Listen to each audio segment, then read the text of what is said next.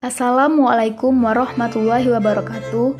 Perkenalkan, kami dari kelompok 5 ingin menjelaskan perbedaan BIOS di dua laptop yang berbeda. Di sini kami menggunakan laptop Acer dan juga laptop Lenovo. Sebelum kami menjelaskan, izinkan kami memperkenalkan anggota dari kelompok 5 terlebih dahulu. Yang pertama, Dedi Agusman. Kedua, Muhammad Iksan Fadli. Ketiga, Megah Merdia Soleha. Dan yang keempat, Kuena Eta Adelia. Sebelum menjelaskan perbedaan BIOS di dua laptop, kami akan menjelaskan terlebih dahulu apa itu BIOS.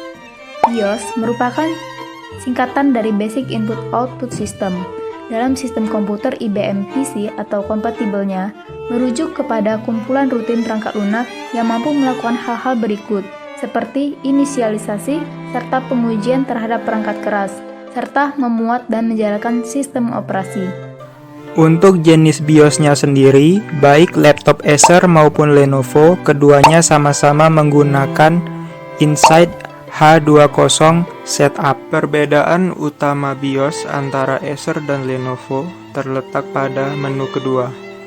Pada Acer disebut dengan Main, sedangkan pada Lenovo disebut dengan Configuration. BIOS berfungsi untuk menganalisis semua hardware yang terpasang serta untuk mengetahui jalannya hardware pada perangkat. Untuk masuk ke BIOS, bisa menekan tombol tertentu pada saat perangkat booting.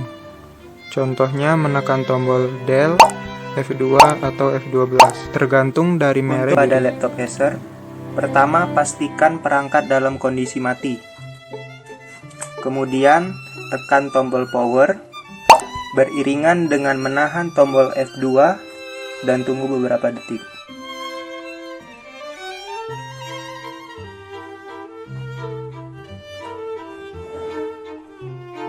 Untuk membuka mode BIOS pada laptop Lenovo adalah dengan mematikan laptop terlebih dahulu.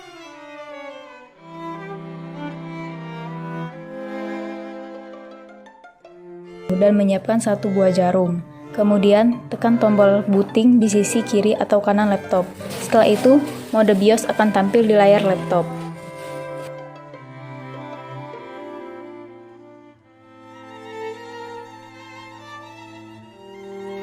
Fitur information berisi spesifikasi singkat dari perangkat yang digunakan. Fitur information.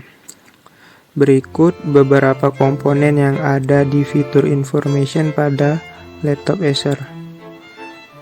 Pertama, CPU info atau tipe CPU Intel Core i5 7200U dengan clock speed 2,5 GHz.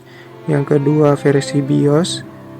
Yang ketiga, HDD model name atau hard disk yang terpasang pada perangkat. Di sini tertulis Toshiba dengan kapasitas 1 TB. Yang selanjutnya, HDD 1 model name atau SSD.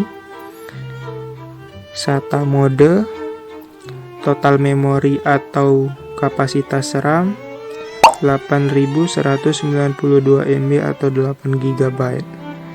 Serial number, asset tag number, product name Acer E5475G. Information 1. Product name. Di sini terlihat bahwa perangkat saya yang digunakan yaitu laptop IdeaPad 330/141GM. 2.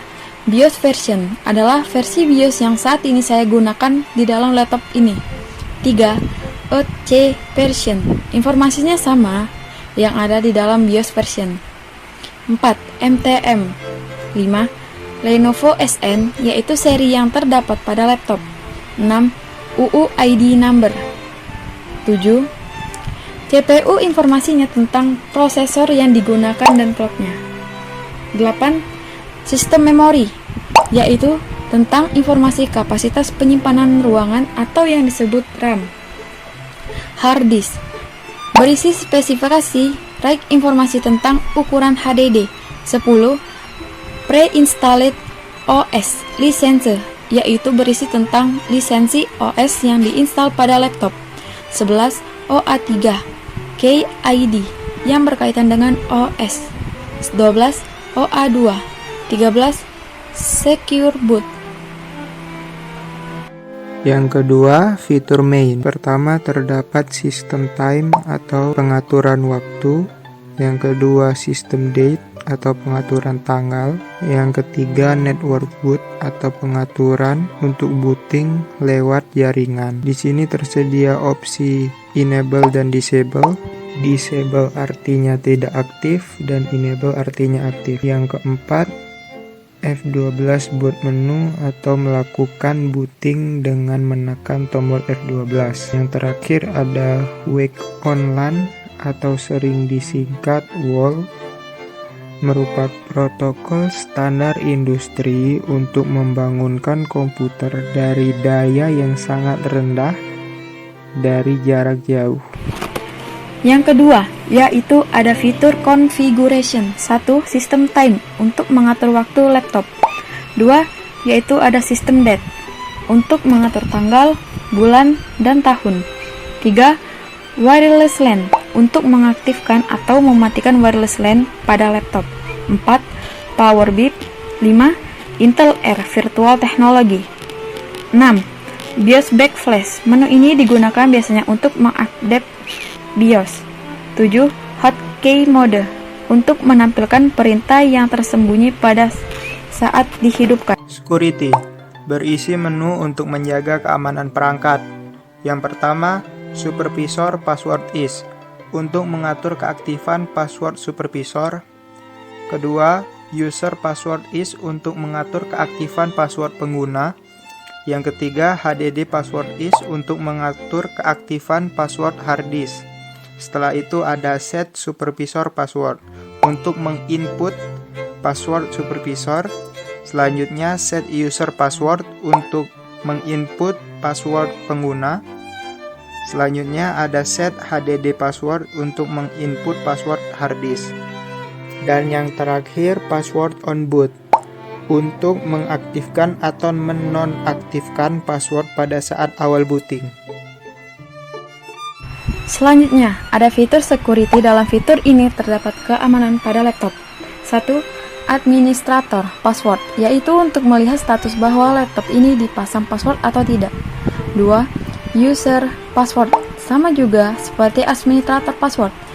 Bedanya, akses ini lebih kecil. 3. HDD password, yaitu untuk melihat status security advice. 4. Set administrator password, yaitu untuk membuat password pada BIOS. 5. Set hard disk password, untuk membuat password pada hard disk. 6. Intel Platform Trust Technology atau biasa disingkat dengan Intel PTT untuk mengaktifkan mode Intel yang terpercaya. 7. Clear Intel PTT Key. 8. Intel Air SGX. 9. Secure Boot. 10. Secure Boot Status. 11. Platform Mode. 12. Secure Boot Mode. 13. Reset to Setup Mode. 14. Restore Factory Key. Selanjutnya ada fitur boot.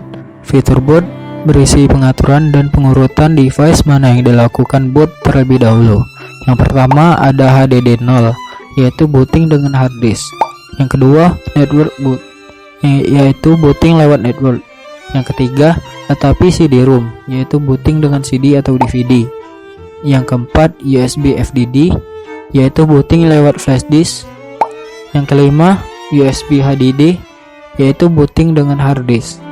Dan yang terakhir, USB CD-ROM, yaitu booting dengan CD atau DVD yang terintegrasi lewat USB. Fitur boot. 1. Boot mode yang biasa digunakan untuk menginstal ulang OS karena pada BIOS zaman sekarang umumnya proteksi dengan sistem UEFI sehingga OS tidak akan membaca USB yang menganut sistem operasi. 2. Fast boot. 3. USB boot, yaitu untuk mengaktifkan mode USB pada saat booting pertama kali. 4. TSE boot to LAN, yaitu metode booting yang digunakan jaringan lain yang tersambung pada komputer lain. 5. IPF 4 PSE first. 6. EFI, yaitu penghubung antara hardware sistem operasi dengan firmware pada komponen. 7. Windows Boot Manager. 8. EFI PSE Network. Dan yang terakhir ada fitur exit, yaitu menu yang berfungsi untuk keluar dari BIOS dengan perlakuan tertentu. Yang pertama, ada exit saving change, yaitu keluar dari sistem boot dengan menyimpan perintah yang sudah diubah. Yang kedua, ada exit discarding change, yaitu keluar dari sistem boot tanpa menyimpan perintah yang diubah. Yang ketiga, ada load setup default, yaitu keluar dari sistem boot dengan menggunakan default setup. Yang keempat, ada discard change, yaitu menjalankan perintah sebelumnya dari CMOS untuk semua setup. Dan yang terakhir, ada save change, yaitu menyimpan setup data pada CMOS. Yang terakhir adalah fitur exit, yaitu menu yang berfungsi untuk keluar dari BIOS dengan berlakuan tertentu. 1. Exit saving change, yaitu untuk keluar dari mode BIOS dengan menyimpan konfigurasi. 2. Exit discarding change, yaitu keluar dari metode BIOS dengan membuang konfigurasi. 3. Discard change, yaitu membuang konfigurasi tanpa keluar dari mode BIOS. 4. Save change, yaitu menyimpan konfigurasi tanpa keluar dari mode BIOS. 5. Load default setting, yaitu memuat konfigurasi BIOS pada standar pabrik. 6. OS Optimize Default, yaitu mengaktifkan mode optimalisasi sistem informasi.